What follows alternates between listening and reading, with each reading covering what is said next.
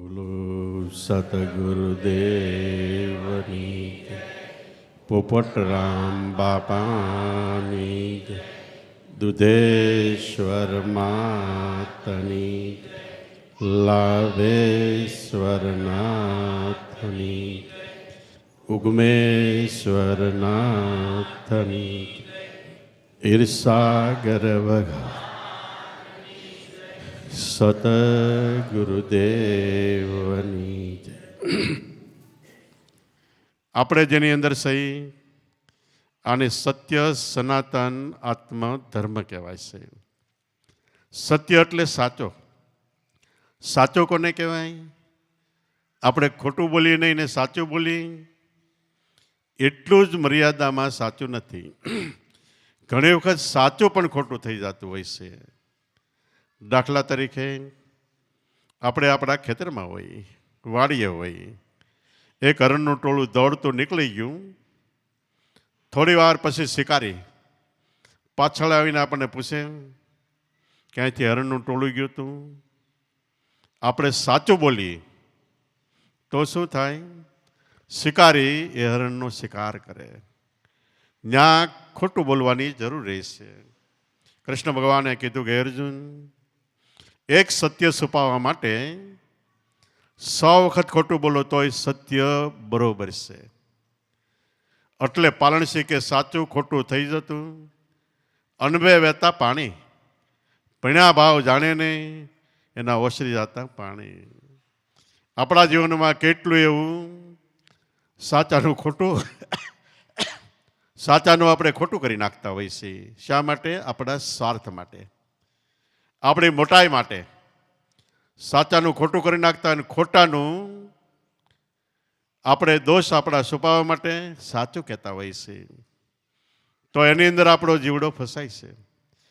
પણ એક સત્ય અનંત છે જેમાં સાચું નહીં, ખોટું નહીં, પાપે નહીં, પુણ્ય નહીં, હરખે નહીં, શોકે નહીં, લાભે નહીં, હાનિએ નહીં, મારું નહીં અને તારું નહીં. આ સત્ય પરિબ્રહ્મ પરમાત્મા ભગવાન છે. એ ભગવાન આપણા દેહ મંદિરમાં આત્મા રૂપે છે. અને એની ઓળખાણ માટે જ આ માનવ દેહ મળ્યો છે. ખાઈ પી હરી ફરી મોજ શોખ કરી આ બધી વસ્તુ આપણી જિંદગીની ગૌણ એટલે નાની સમજવી. મુખ્ય વસ્તુ તો જીવનમાં પ્રાણ છે ત્યાં સુધીમાં પ્રાણ એટલે શ્વાસ. શ્વાસને જે ચલાવે છે ઓટોમેટિક, આપણે ચલાવવો નથી પડતો. સૂઈ જાય તોય ઓટોમેટિક ચાલે છે. એ પ્રાણને શ્વાસને ચલાવનાર શ્વાસની અંદર આત્મા રૂપે. અને તમને સમજણમાં કહું તો તમને ગુરુ વચન મળ્યું એ વચન રૂપે પ્રાણમાં ચાલે છે. એનાથી પ્રાણ ચાલે છે. તો એ વચન અનંત છે. એ ક્યારેય ઉત્પન્ન થયું, ક્યારેય નાશ થવાનો નથી. દુનિયા જેવા કરોડો બ્રહ્માંડો એકવાર નાશ થાય છે, મહાપ્રલય થાય ત્યારે, પણ વચનનો નાશ નથી. બીજી રીતે બધા બ્રહ્માંડો એક વચનમાં સમાઈ જાય છે. જેમ આપણે પૃથ્વી લખી તો 2.5 ઇંચ જેટલો જ એરિયા જોઈએ, પણ એ લખાય એટલી પૃથ્વી નથી, 2.5 ઇંચની નથી. એનો પાર ન પામી શકાય એટલી છે. એમ સત્ય કયો, ભગવાન કયો, આપણો આત્મા કયો, બોલી એટલો નથી. એનો પાર ન પામી શકાય એટલો છે. એકવાર જો એની ઓળખાણ થઈ જાય તો જન્મ મરણ મટી જાય, 84ના બંધન તૂટી જાય, આપણા જીવડાનો ભટકાટ મટી જાય. આપણા જીવડાએ કદાચ ઊંધેમાંથી હાલીને ગમે એવા કર્મ કર્યા હોય, એ કર્મ પણ એટલે પાપ બળીને સાફ થઈ જાય છે. જેસલના કેવડા કર્મ, પિંગલા નામની વેશ્યા, અજામિલ, ગજ, ગુણિકા, કેટલાયના કર્મ જુઓ તો માપ થાપ ન હોય એટલા કર્મ. છતાં એક વાર એ સત્યની ઓળખાણ થઈ તો એ બારવટિયામાંથી પીરહુંદા પીર બની ગયા. તો આને કહેવાય સત્ય. સત્ય કયો, આપણો આત્મા કયો, ભગવાન કયો, બ્રહ્મ કયો, વચન કયો, સૂક્ષ્મણા કયો, ગુરુ તત્વ કયો, બધા શબ્દો જુદા પણ બધાનો અર્થ એક જ, સર્વોપરી ભગવાનની શક્તિ. એ સત્ય સનાતન. સનાતન એટલે બધે રહેલો, એક ઠેકાણે નહીં. ભગવાન મંદિરમાં છે એવું કોઈ એક ઠેકાણે સમજવું નહીં. ગીતાજીમાં કૃષ્ણ ભગવાને કહી દીધું, હું પૃથ્વી, વાયુ, જળ, આકાશ, અગ્નિ, ચંદ્ર, સૂર્ય, જળ, ચેતન બધીએ છું. એના વગર અણુ માત્ર ક્યાંય જગ્યા ખાલી નથી. એને કહેવાય સનાતન. જેને તુલસીદાસે રામાયણમાં કીધું કે સબ ઘટ મારો રામ વસે. સબ એટલે બધાયના, ઘટ એટલે દેહ મંદિરમાં. આત્મા રૂપે મારો રામ વસે એ સનાતન છે, ખાલી ઘટ નહીં કોઈ. પણ બલિહારી ઉસ ઘટ કે જીસ ઘટમાં પ્રગટ હોય. જેણે એનો અંતરમાં અનુભવ કર્યો એની બલિહારી છે. એ માનવ મંદિર પૂજવા, ભજવા, વંદવા, સેવવા યોગ્ય છે. સદગુરુ સ્થાને પણ એ જ યોગ્ય છે. તો સત્ય સનાતન આત્મા. આત્મા એટલે કોઈ દી એવું મનમાં ન રાખવું કે આપણા દેહમાં કોઈ પદાર્થ, વસ્તુ, લોંદો કે આકાર છે. ભગવાન એટલે ક્યાંય પણ વ્યક્તિ છે નહીં. આપણા શાસ્ત્રો, વેદ, વેદાંત, પુરાણો, ભાગવત ને ગીતાજી પણ ના પાડે. ભગવાન એક નિરાકાર સ્વરૂપ છે. એમાંથી આકાર રૂપે પૃથ્વી ઉપર જન્મીને આવે છે ને પાછા નિરાકારમાં સમાઈ જાય છે. એના કામ પૂરા થાય એટલે વ્યા જાય. બીજી રીતે કહી તો લીલા ચરિત્ર રચીને લીલા પૂરી થાય એટલે વ્યા જાય છે. આવડો મોટો અનંત બ્રહ્માંડોમાં ભગવાન કામ કરે એ આપણા દેહ મંદિરમાં સૂક્ષ્મ સ્વરૂપે છે. પહેલું સ્વરૂપ એનું સતનામ વચન તમને જે મળ્યું છે, નામ વચન. એ જન્મ થતા એ નામ આવે છે એટલે આપણી અંદર ભગવાન આવ્યા. નામથી પ્રાણ ચાલે છે, નામથી જીવી છે. નામ નીકળી ગયું એટલે નનામી નહીં નામ મરણ થઈ ગયું. આ ભગવાન આપણો આત્મા છે. સત્ય સનાતન આત્મા એ જ ધર્મ. ધર્મ એટલે ધ્રુવ, ધ્રુવ એટલે ધારણ કરવું. પૃથ્વી જેવા કરોડો બ્રહ્માંડને ધારણ કરેલી શક્તિ એનું નામ ધર્મ છે. નજીકમાં આવતા આપણા દેહને જેને તોડી રાખ્યો છે, હલાવે, ચલાવે, ખવડાવે, પીવરાવે. દેહની ખાલી વિચાર કરીએ તો કેટલો વિચાર થાય. ચામડાનું આવડું કટકું જીભ, બધા રસ પારખે. આવડી કોડી જેવડી જ આંખ, કેટલું સદૃશ્ય જોવે. પડદો કાનનો એકાદ ઇંચનો માંડી છે, છતાંય આખી જિંદગી સાંભળ્યા જ કરે, સાંભળ્યા જ કરે, સાંભળ્યા જ કરે. હૃદય હવનું હૃદય આપણી મુઠ્ઠી જેવડું જોવાય. છતાંય બધેથી અશુદ્ધ લોહી ખેંચીને શુદ્ધ બનાવીને ડિસ્ટ્રીબ્યુટર વહેંચણી કરીને આખા શરીરમાં પહોંચાડે છે. આવા તો આપણા દેહ મંદિરની ખૂબીઓનું વર્ણન કરી તો પાર ન આવે એટલી છે. આ બધું કરાવનાર ધર્મ એ જ પરિબ્રહ્મ પરમાત્મા ભગવાન છે. આ ધર્મ આપણા દેશમાં કેટલાય સમજ્યા મહાપુરુષો, 33 કરોડ દેવતા, 88,000 ઋષિમુનિઓ, 9 નાથ, 84, 52 વીર, 64 જોગણિયા, લાખ લવડિયા, કરોડ કામડિયા, જતી, સતી, મુંડી, દંડી, પીર, ફકીર, હોય, સાંઈ, હોલિયા, ગુપત, પ્રગટ, નામી, અનામી. વિષ્ણુ ભગવાનના 24 અવતાર, જૈનમાં 24 તીર્થંકર, મુસલમાનમાં 24 પૈગંબર. બધાય આત્મધર્મીને ઓળખીને થયા છે. અને એ જ ધર્મ આપણા ભારતની અંદર દુનિયામાં સૌથી વધારે છે. આપણા દેશનું નામ હિન્દુસ્તાન છે. સિંધુ નદી કાંઠે ઋષિમુનિઓએ પ્રથમ પુસ્તક વેદ લખ્યા. વેદ બ્રહ્માએ આકાશવાણીથી વહેતા મૂક્યા. પૃથ્વી ઉપર આવ્યા ઋષિમુનિઓ જીલીને લખ્યા. એ વેદ લખ્યા સિંધુ નદી કાંઠે, એટલે સિંધુમાંથી હિન્દુ ને હિન્દુમાંથી હિન્દુસ્તાન, ભારતનું નામ પડ્યું. બીજું નામ ભારતનું ભારત નામ છે. ભારત કેમ પડ્યું કે સતયુગમાં દુષ્યંત રાજા હતા અને શકુંતલા એની ઘરવાળી હતી. એને પેટે જન્મો એ ભરત એનું નામ હતું. નાનપણથી એટલો બધો નિડર હતો કે હાવજ ક્યારેક ક્યારેક એની ઝૂંપડીમાં પર્ણકુટીમાં આવી જાય, મહેલમાં આવી જાય તો પકડી, મોઢું પકડીને જડબું ખોલીને દાંત ગણતો. એ દેશના આપણે વસનારા છે. આ દેશમાં જો ભક્તિ કરો તો નિર્ભય સ્થાન મળે છે. અને આ આત્મા ભગવાન પરિબ્રહ્મ પરમાત્માને ઓળખવાનું મોટામાં મોટું સાધન ભક્તિ છે. મુક્તિ મેળવવાનો એટલે જગતમાં સહી છતાં જગતમાંથી મુક્ત થઈ ગયા, ફ્રી થઈ ગયા, જગતની ઉપાધિ ટેન્શન કાંઈ ન રહ્યું, નામ મુક્તિ છે. છેલ્લે દેહ સાહેબ, પણ દેહનો આપણને ખ્યાલ નહીં. દેહની અંદર આત્મા છે એનો જ ખ્યાલ, એનું નામ મુક્તિ છે. આવા ભારત દેશમાં 4 શંકરાચાર્ય થયા. દક્ષિણ ભારતમાં શૃંગેરી મઠમાં થયા એક, દ્વારકામાં થયા એક, દ્વારકાના દેવળમાં, પૂર્વમાં જગન્નાથપુરીમાં થયા, એમ ઉત્તરમાં 4 શંકરાચાર્ય થયા. 4 શંકરાચાર્ય હિન્દુ ધર્મનો પ્રસાર કરતા. એમાં દક્ષિણમાં કેરળની અંદર શૃંગેરી મઠ છે. ત્યાં જે શંકરાચાર્ય થયા એની પાછળ પણ કેટલાય શિષ્યો સત્ય જ્ઞાનનો, ભક્તિનો ઉપદેશ લેતા અને ત્યાં કાયમ માટે રહેતા. વારંવાર શંકરાચાર્ય એમ કહેતા કે તમારે મુક્તિ મેળવી હોય, મોક્ષ મેળવવો હોય, 84ના બંધનમાં ન જવું હોય, કર્મમાંથી મુક્ત થવું હોય તો ભક્તિ કરો. અને મુક્તિનું સર્વોપરી સાધન ભક્તિ છે. એમ આખી જિંદગી કહેતા, અને ભક્તિ કેવી રીતે કરવી એ પણ કહેતા કે તમારા સ્વરૂપનું અનુસંધાન કરો, તમારા આત્માને ઓળખો, એનું નામ ભક્તિ છે.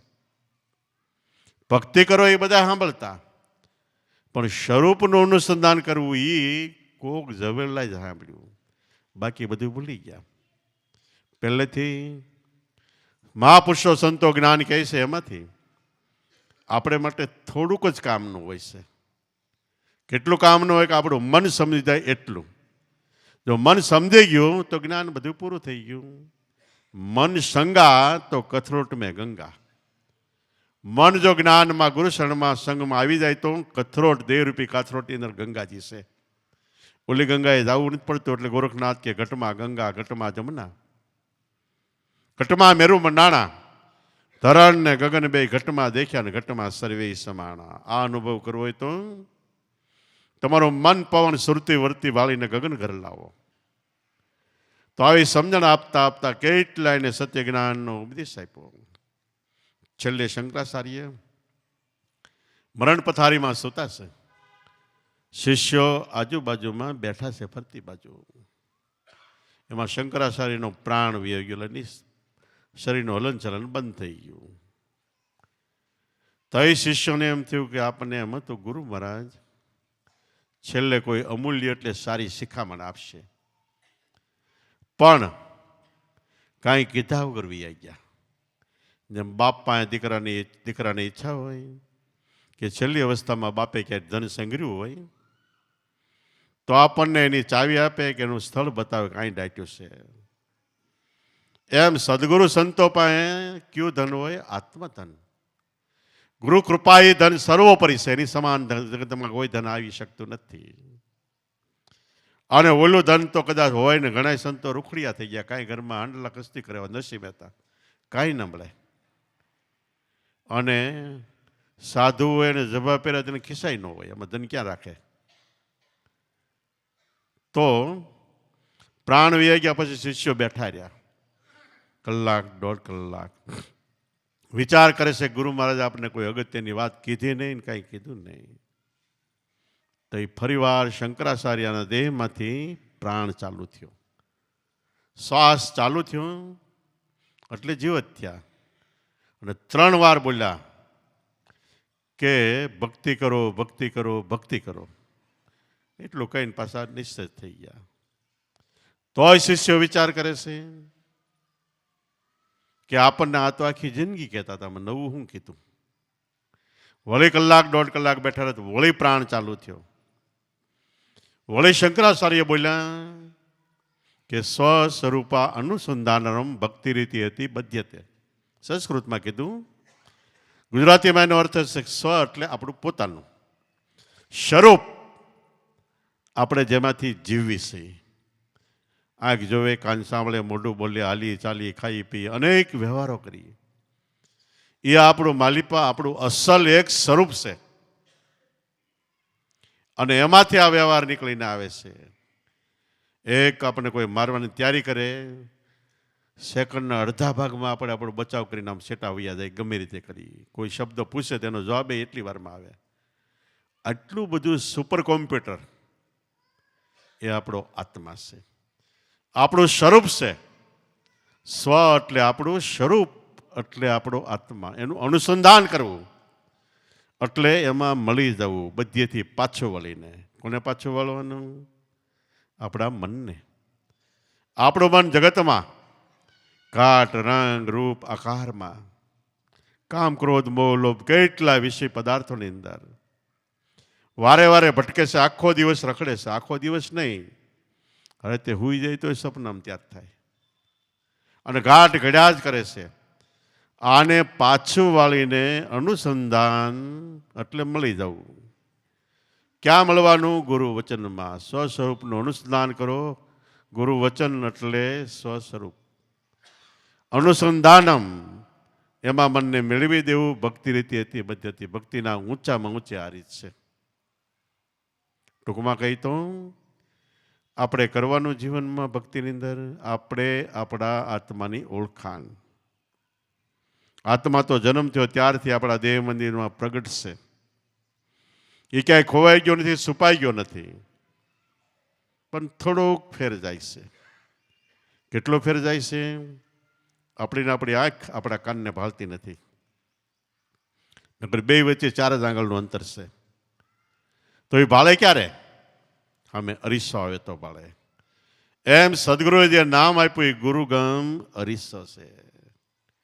એમાં જોવો તો આપણા સ્વરૂપનું આપણે અનુસંધાન થાય. આંખ કાનને જોવે નહીં, ક્યાં સુધી ન જોવે? બહાર જોવે ત્યાં સુધી. એમ આપણે બહાર ભગવાનને ગોતવા માટે વિચાર કરી ત્યાં સુધી આપણે આપણા સ્વરૂપને, આત્માને જોઈ શકતા, અનુભવી શકતા નથી. અને બહાર વિચાર ક્યાં સુધી ચાલે છે?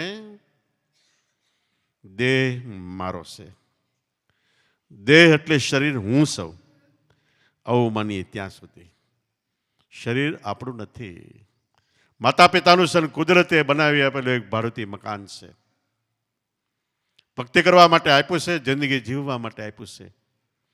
આ મકાનની ભાડાશેટી પૂરી થાય એટલી વારમાં જેણે ભાડાશેટી બનાવી એ માલિકને એટલે ભગવાનને ઓળખી લેવા. અને ન ઓળખાણા તો આ ભાડાશેટી ફાટી ગઈ એટલે 84 લાખ અવતારમાં જવું પડે છે. 1/84 4 યુગે પૂરી થાય છે. સતયુગ, ત્રેતાયુગ, દ્વાપર યુગ ને કળયુગ. 1/84 ના 43 લાખ અને 20,000 વર્ષ પૂરા થાય. એટલું ભટકવું ન હોય, એટલું રખડવું ન હોય. દર ઠેક ઠેકાણે જીવ જંતુ પશુ પક્ષી પ્રાણી માત્રમાં, અને એમાં ક્યાંય હારા વાટ નથી. ભૂખ્યું રહેવાનો વારો આવે, તરસ્યું રહેવાનો વારો આવે, તાટ તડકો વરસાદ, રોગ ડોગ, માલિકનો માર ખાવાનો વારો આવે. આ બધામાં જવું ન હોય તો ભક્તિ કરો. તો સ્વ એટલે આપણું સ્વરૂપ, આપણો ભગવાન આપણી સાથે છે. ક્યાંય ખોવાઈ નથી ગયો. જન્મ થયો એટલે ભાગવત કે ગીતાજી પણ કહે છે કે જન્મ થયો એટલે આત્મ સ્વરૂપે સૌ કોઈને ભગવાન મળી ચૂક્યા છે. એકવાર એ પડદો હટાવો, એ આપણા દેહ મંદિરમાં એટલે ઓરડાની અંદર છે, પણ બહાર તાળું મારેલું છે. તાળું શેનું મારેલું છે? આ વિદ્યા માયાનું. સદગુરુ આપે ગુરુ વચન એ કુશી છે. એ લગાડો, વિદ્યા માયા હટી જાય, તાળું ખુલી જાય એટલે કમાડ ઉઘાડો, એટલે અંદર આત્મા તો પ્રગટ છે, ક્યાંય ખોવાઈ નથી ગયો. બધે છે આત્મા. ગીતાજી કહે પણ તમારા દેહ મંદિરમાં પ્રગટ જાગ્રત એક ધારો છે, શાશ્વત હાજરા હાજર છે. આટલો ભગવાન નજીક છે. આપણે જે કહી રહ્યા છીએ એ વાત આપણા ઘરની નથી. વેદ શાસ્ત્ર પુરાણોમાં તારવીને વાંચો, ક્યાંક આ ઉલ્લેખ આવે છે. અને 18 પુરાણના 5 લાખ જેટલા શ્લોક થાય. એમાં 20,000 શ્લોક આત્મજ્ઞાનના જે આપણે બોલી રહ્યા છીએ એના છે. અને 20,000 શ્લોકની અંદર ક્યાંક ગુરુ વચન આત્મ સ્વરૂપના ક્યાંક વખાણ કરીને એને મૂકેલા શબ્દો છે. પણ હવે 5 લાખ શ્લોકમાંથી 20,000 શ્લોક તારવાને, એમાંથી આ વસ્તુ તારવી બહુ અઘરી છે. સતાય નીકળે છે.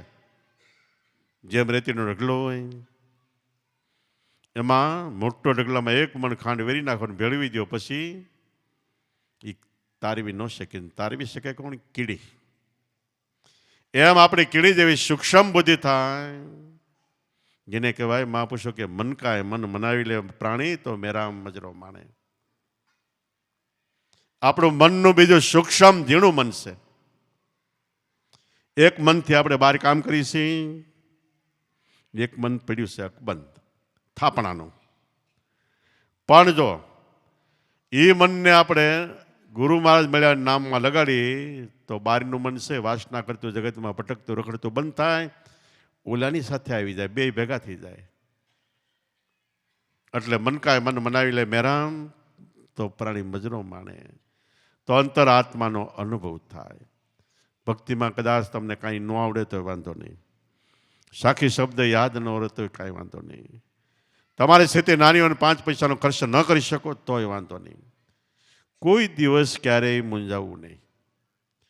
કુદરત પરિબ્રહ્મ પરમાત્માએ આપણને માનવ મંદિર દેહ આપ્યો છે, આમાં બધી સગવડ કરીને મોકલ્યા છે. 5 કર્મેન્દ્રિય છે, હાથ પગ ઇત્યાદિ, એનાથી આપણે કામ થાય છે. 5 આપણામાં જ્ઞાન ઇન્દ્રિય છે, એનાથી જ્ઞાન એટલે યોગ ભક્તિ પ્રાપ્ત થાય છે. પણ એનો ઉપયોગ કરી તો કાશીમાં એમ કહેવાય કે જ્યાં અન્નપૂર્ણા દેવીનું મંદિર છે બહાર, ત્યાં કોઈ પણ માણસ આવે ક્યારેય કોઈ ભૂખ્યો નથી રહેતો. ભૂખ્યો રહેતો નથી, ભૂખ્યો સૂતો નથી. એમાં એક ખખડાધીન ખાકી મહારાજ કાશીમાં આવ્યા, એને આ વાત સાંભળી હતી. આખી કાશીમાં રેખડ્યા, ભટક્યા, ખાવાનું ન મળ્યું, ભૂખ્યા રહ્યા. મીડિયો માલિપાથી વરાળું કાઢવા, અને ધીમે ધીમે ગોતતા ગોતતા અન્નપૂર્ણા દેવીને મંદિરે ગયો. ત્યાં મીડિયો હો ફડાવવા એને, તો આવીશો ને તેવીશો ને બધા કે અન્નપૂર્ણા દેવીને આ કાશીની અંદર કોઈ ભૂખ્યો ન. હું તો 3 દીથા ભૂખ્યો છું કે તારું આ મંદિર જ ન હોવું જોઈએ, તોડી વીખી નાખવું જોઈએ. કેટલું મીડિયો કહેવા. અન્નપૂર્ણા દેવી પ્રગટ થયા. એ કે તારી વાત ખોટી છે, વસ્તુ સાચી છે, પણ પહેલા તારી પાસે 5 ગીની છે સોનાની, એ વાપરી નાખ, ખાવાનું મળશે. અને સતાય ન મળે તો હું બેઠી સૌ કે. એમ આપણો જીવડો કદાચ ભગવાનને ગમે એમ કહેવા મને તું નિષ્ઠોર છો ને કઠોર છો ને ભયંકર છો ને તો અમને ખાવા પીવાનું બહાર ન આપી નહીં, પણ ભક્તિમાં તું જ્ઞાન નથી આપતો, નહીં આપે છે. આપણી 5 ઇન્દ્રિયો જ્ઞાને ઇન્દ્રિયો, એનો જ્ઞાનમાં ઉપયોગ કરો. સત્સંગ સાંભળતી વખતે એકાગ્ર ચિત્તે બેસીને તમે તમારા શ્વાસમાં ધ્યાન આપશો એટલે 5 જ્ઞાનેન્દ્ર જાગૃત થઈને સત્સંગના શબ્દો પકડશે. અને એમાં તમારે શું કરવાનું એ ઓટોમેટિક આવી જાય, મેળાય. તમારું જીવન કામી છે, ક્રોભી છે, લોભી છે, લાલચુ છે, સોર છે, તો એ શબ્દો આવશે. એ શબ્દો પકડી લો એટલે તમારે જે ખાવું છે અંતરમાં અનુભવ કરવો એ ઓટોમેટિક થાય. તો કુદરતે માનવ દેહ આપ્યો એટલે ભક્તિ કરવામાં કોઈ વસ્તુની કચાશની તમે બેઠા છો ત્યાં ક્યાંય તમારે જવા પણ નથી. ઊભા થાવ એટલે માલિપા બેઠો બેઠો દાંત કાઢે, આવડો મને ગોતવા ક્યાં જાય છે. 24 કલાક આખી જિંદગીની સાથે છું. તો 5 ગિનીનો ઉપયોગ કરો સંતોષ સદગુરુના શરણમાં અને સત્સંગમાં. જ્ઞાનેન્દ્રિય જોવાનો, સાંભળવાનો, એવી રીતે બોલવાનો, મનથી વિચારવાનો, આ બધો ઉપયોગ કરો મનને હાજર રાખીને. તો મન હાજર નહીં હોય તો દેહ કોથળો છે એ કાંઈ સાંભળશે નહીં. એટલે આપણામાં વારંવાર કહેવાય છે કે આવો હનુમંત બિરાજીએ કથા કહો અનુસાર, પ્રેમ સહિત ગાદીએ ધરો તમે પધારો પવન કુમાર. આવો હનુમંત એટલે આપણું મન. કથા સાંભળવા બેસી આપણે સત્સંગ સાંભળવા એટલે મનને હાજર રાખવા. અહીંયા આવો હનુમંત બિરાજીએ કથા કહો અનુસાર. અનુસાર એટલે ક્રમ પછી ક્રમ. તમારે જે વસ્તુ જોઈએ એના ક્રમ પછી ક્રમ બધા દાખલા દ્રષ્ટાંત આવતા જાય. પ્રેમથી ગાદી ધરું. જો તમે કથા સાંભળતા હોય તો પ્રેમથી આપણો આત્મા કે ગાદી ધરું પધારો પવન કુમાર.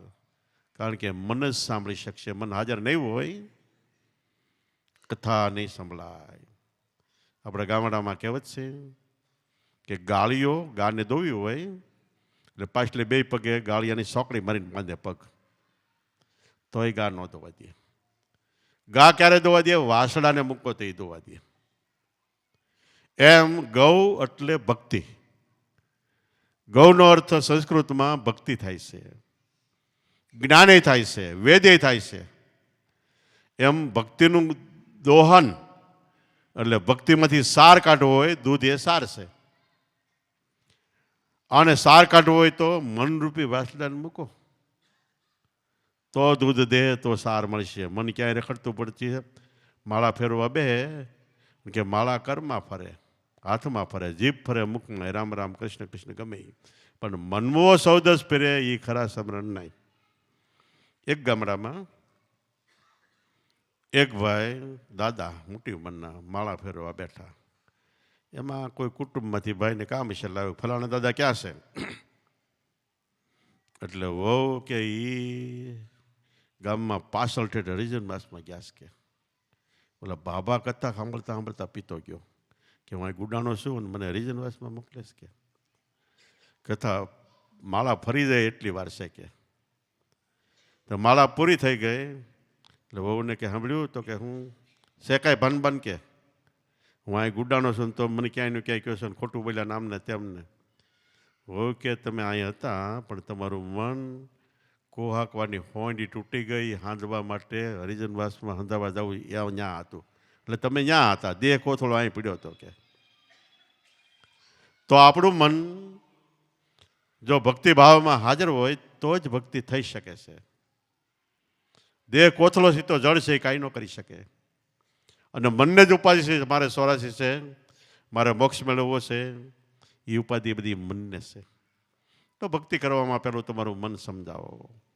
ખાઓ પીઓ, હરો ફરો, મોજ કરો, કોઈ વસ્તુની મનાઈ નહીં. પણ એક શરત કે સામે તત્વવેતા, બ્રહ્મનિષ્ઠ અને ક્ષોત્રી. તત્વવેતા એટલે તત્વે તત્વનો ખ્યાલ હોય. બ્રહ્મનિષ્ઠ, બ્રહ્મ એટલે આત્મા, ભગવાનમાં નિષ્ઠા બંધાઈ ગઈ હોય અંતરની. ક્ષોત્રે એટલે તમારા દરેક સવાલના જવાબ સારી રીતે સમજાવી શકે, જ્ઞાન ગંગા વાહવીને તમારા મનનું સમાધાન કરી શકે એવા ક્ષોત્રી સદગુરુ મળે. એક શરત એ છે ભક્તિ કરવામાં. બીજી શરત એ છે કે એવા સદગુરુ મળ્યા હોય તો અહીંયા શ્રદ્ધા, વિશ્વાસ, ભાવ, પ્રેમ પરિપૂર્ણ. અને એના શરણમાં સતત એક ધારી યાદી, મને ખાવું પીવું કાંઈ ન ભાવે, મારી નૈણે આંખમાં નિંદ્રા ન આવે, હું જાત કાઢું છું જાગી જાગી. ગુરુજી મારું ઘાયલ મન બની ગયું વૈરાગી, અમને પ્રેમની બરસી વાગી, અમને શબ્દની બરસી વાગી. તો સદગુરુને આપણે લોટાના જેમ 2 કટકા હોય, એનો હાંધો કરવો હોય તો 2 કટકા ધગધગતા હોય, ભેગા કરીને પછી હથોડા મારો તો હાંધો થાય. એક ટુકડો ગરમ હોય ને એક ટાઢો હોય તો હાંધો ન થાય. એમ ગુરુ શિષ્યને ગુરુ મહારાજને શિષ્યને તારવાનો એકદમ પ્રેમથી ભાવ હોય. સામે શિષ્યની એવી લગણી હોય કે બસ ગુરુમાં જ પરિબ્રહ્મ પરમાત્મા છે, એના સ્વરૂપ છે, અખંડ આનંદ આત્મા છે, મનથી મારે એમાં મળી જવું છે. 2 સડા ગરમા ગરમ હોય તો હાંધો થઈ જાય છે. એક સડો ટાઢો હોય તો નથી થતો. દાદાશ્રીનો જુનાગઢમાં પ્રોગ્રામ હતો. એક વકીલ સાંભળવા આવ્યો. પ્રોગ્રામ પૂરો થયો, દાદાને કે મારે એક સવાલ પૂછવો છે કે તમારા સત્સંગમાં એવું આવ્યું કે સ્વામી વિવેકાનંદ એને ગુરુ રામકૃષ્ણ પરમહંસે આમ દ્રષ્ટિ કરી ત્યાં સમાધિ થઈ ગઈ. એવું અત્યારે કોઈ કરી શકે? દાદા કે હા. કોણ કરી શકે? કે અમારા આ બધા સંતો બેઠા એમાંથી 2-3-4 સંતો કરાવી શકે કે? એ કે ન બને.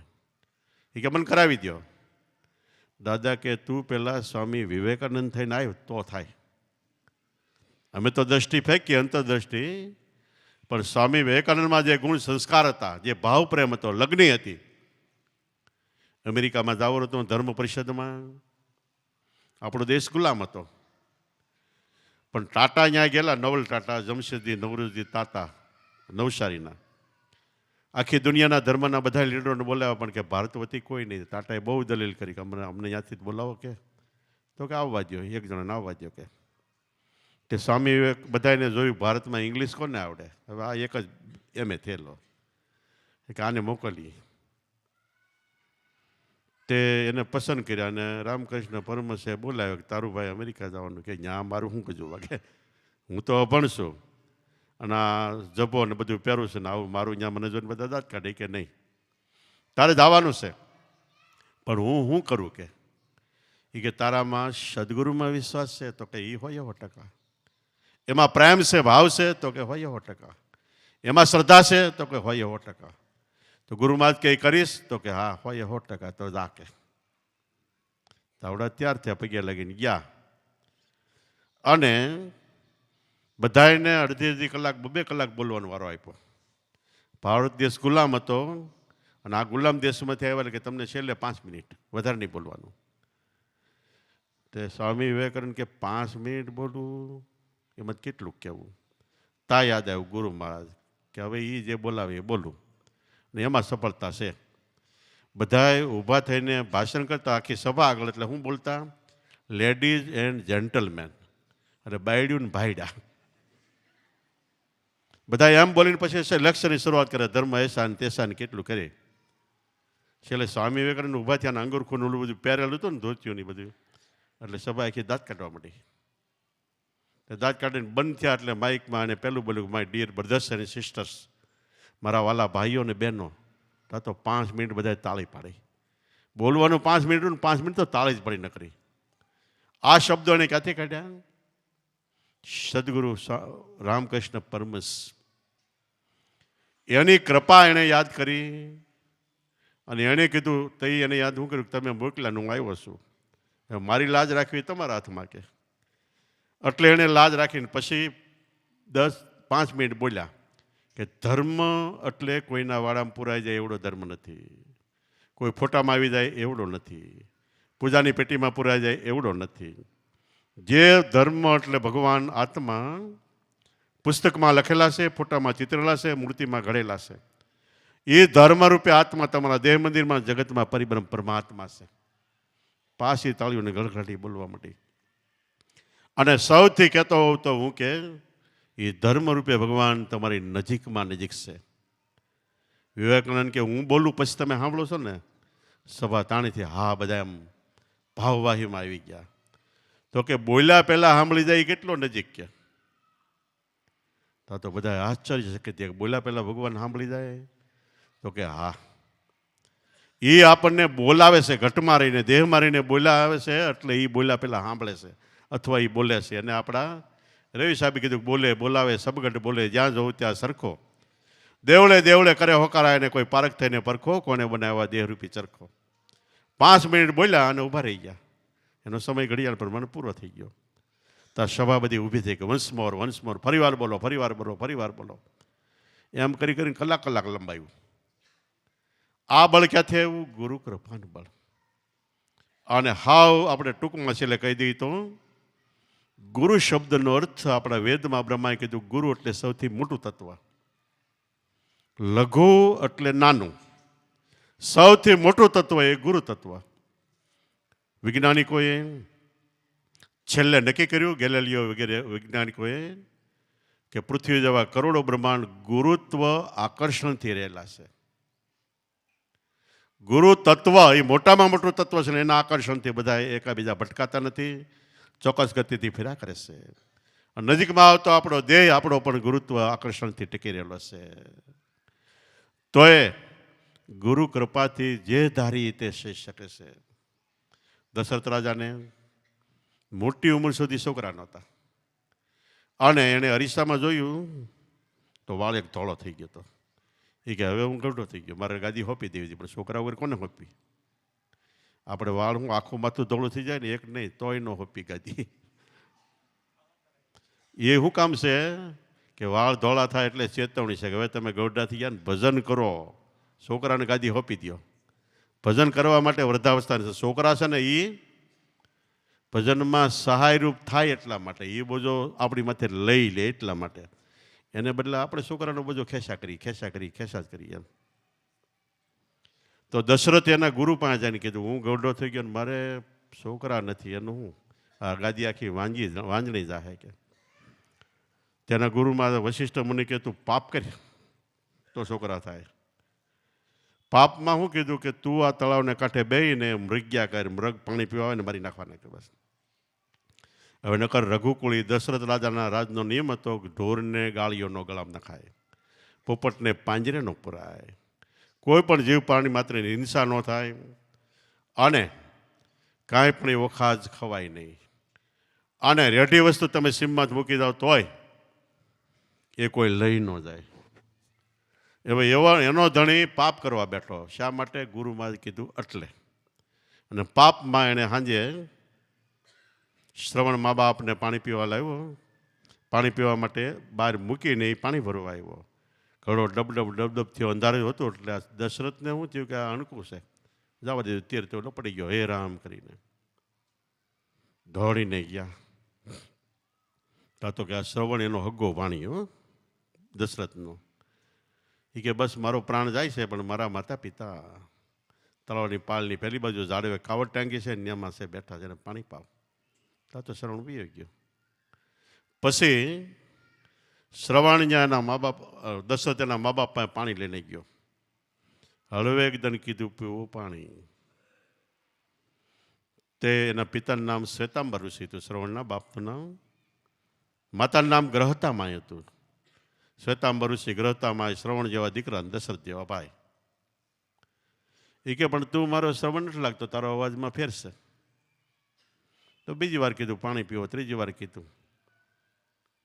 અને મા બાપ કે નહીં, શ્રવણ આવે તો જ પાણી પી. કે છેલ્લે દશરથ કે હું દશરથ છું કે, અને મારી ભૂલ થઈ ગઈ, એટલે મારા ભૂલથી શ્રવણ મરાણો છે કે. તો એ ઓટોમેટિક આ શ્વેતાંબર ઋષિને ગ્રહતામાં એને કીધું કે તે પુત્ર અર્થે પાપ કરવા બેઠો હતો ને? તો કે હા, મારે ગુરુ આજ્ઞા હતી. તો કે ગુરુ આજ્ઞા તારી ફળીભૂત થાય, એમાં અમે માથું ન મારી શકીએ. પણ તારે એક નહીં 4 દીકરા થાય કે શ્વેતાંબર ઋષિ કે. પણ અમે અમારા શ્રવણ વગર પ્રાણ તજીશી, અમારા દીકરા વગર એમ તારે શારમાંથી એક હાજર નહીં હોય તે તારો પ્રાણ જાય કે.